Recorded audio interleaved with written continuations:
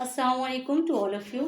तो जी जनाब, बात करेंगे कि मीडिया पे आजकल जो वीडियोस वायरल हो रही हैं बच्चों को लेके, उनके साथ जितनी जुल्म सितम और ज़्यादती का निशाना बनाया जा रहा है, स्पेशली बच्चियों को।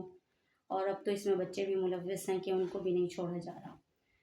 और हर घर में मीडिया अब आम है, और हमें मीडिया से जो ख़बरें मिलती हैं बाज़ औक़ात वो सच्ची भी होती हैं और बाज़ औक़ात उसमें कोई सच्चाई नहीं भी होती। लेकिन अब शऊर जो है वो हम में और आप जैसे लोगों में ही पाया जाता है।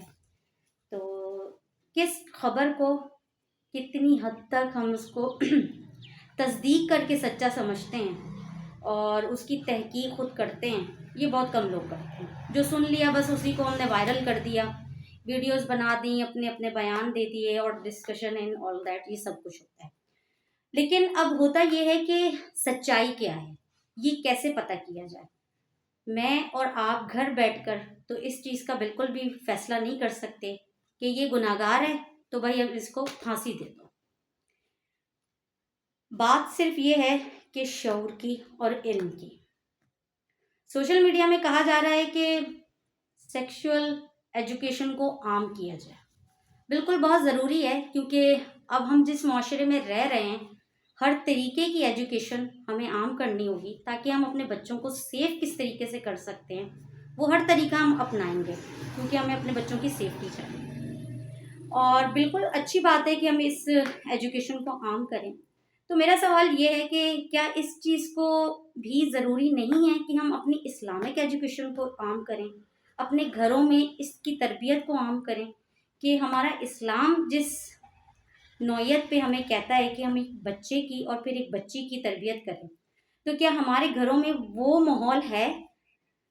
क्योंकि घरों घरों के माहौल से ही फिर वो मुआशरे में चीज़ें जाती हैं और फिर मुआशरा अपने वजूद में एक ऐसा माहौल कायम कर लेता है जिसको लेके हम सब लोग इस तरीके से इन चीज़ों का शिकार होते हैं। अब मसला ये है कि ये तरबियत करेगा कौन? काफ़ी दिनों से ये सारी वीडियोस जो हैं वो सोशल मीडिया पे चल रही थी और मैं भी देख रही थी। अब मैं यहाँ पे किसी को कोई भी तनकीद का निशाना नहीं बना रही हूँ और ना ही तो मैं किसी का नाम ले रही हूँ। सिर्फ मैं यहाँ पे एक रिक्वेस्ट करने आई हूँ अपने तमाम मुअल्लिमान से, तमाम मुफ्ती साहिबान से और अपने तमाम स्कॉलर्स से। क्यों? जो इल्म इनको अल्लाह पाक ने दिया है, जब तक ये हमें वो नहीं सिखाएंगे तो हम वो नहीं सीख सकते। और ये सब के सब इस वक्त खामोश हैं। मैं देख रही हूँ कि वैसे तो हमारे यहाँ कोई भी टॉपिक उठता है, लाइक किसी वुमन को लेके, किसी औरत का, तो इन्हीं हमारे जो सारे के सारे स्कॉलर्स हैं और सारे के सारे मुफ्ती हैं, मौलमान हैं, वो आके धड़ाधड़ वीडियोस दे रहे होते हैं। लेकिन इतने संगीन क्राइम के बाद और इतने जुल्म के बाद कोई भी वीडियो अपलोड अब तक नहीं हुई है, और हुई है तो शायद फिर मैंने नहीं देखी है, कि जो हमें इस चीज़ की तरबियत दे सके कि जो चीज़ इस तरीके से हो रही है उसको इस्लामी दिफा में जाके कैसे रोका जाए। तो बहुत ज़रूरी है कि मैं उन सब स्कॉलर से, तमाम अपने मुफ्ती इकराम से और मुअल्लिमान से गुजारिश करूँगी कि अब वो पस मंज़र पे आएँ और हमें आके इस चीज़ की तरबियत करें और हमें बताएं कि हमारा इस्लाम जो है हमें इन बातों को लेके क्या कहता है। अगर हम किसी टेररिस्ट को और किसी मर्डरर्स को और किसी जानी को, किसी भी इस तरीके के मुजरिम को सज़ा देते हैं और उसके बाद उसकी मौत हो जाती है, तो फिर क्या उसकी तदफीन की इजाज़त हमारा इस्लाम नहीं देता? हमें इस्लाम ये तलकीन करता है कि हम उसका जनाजा ना पढ़ें, उस पे इस ज़मीन को तंग कर दें, क्योंकि ज़िंदगी में रहकर हम किसी मुसलमान को सज़ा देते हैं, बिल्कुल, और ये कड़ी से कड़ी सज़ा देनी भी चाहिए। जो इस किस्म की मुजरिम होते हैं, जितनी सख्त सज़ा होगी वो कम ही है, क्योंकि जिस माँ की गोद उजड़ी है सिर्फ वही जानती है कि उसका दर्द क्या है। उसने कितने नाज़ों से अपनी उस परी को पाला और आज वो किस दर्दनाक अज़ियत में है, اس کا تو ہم حساب بھی نہیں لگا سکتے. اور وہ باپ جس نے اپنے بچے کے سر پہ ہمیشہ شفقت کا اور محبت کا ہاتھ پھیرا اور پھر انہی ہاتھوں سے اس نے اپنی اس بچی کو دفنایا ہو، تو کیا کہتی ہوگی اس کی دل کی دھڑکنیں اس سے، اس کے وہ ہاتھ جب وہ اس پہ مٹی ڈال رہا ہوگا.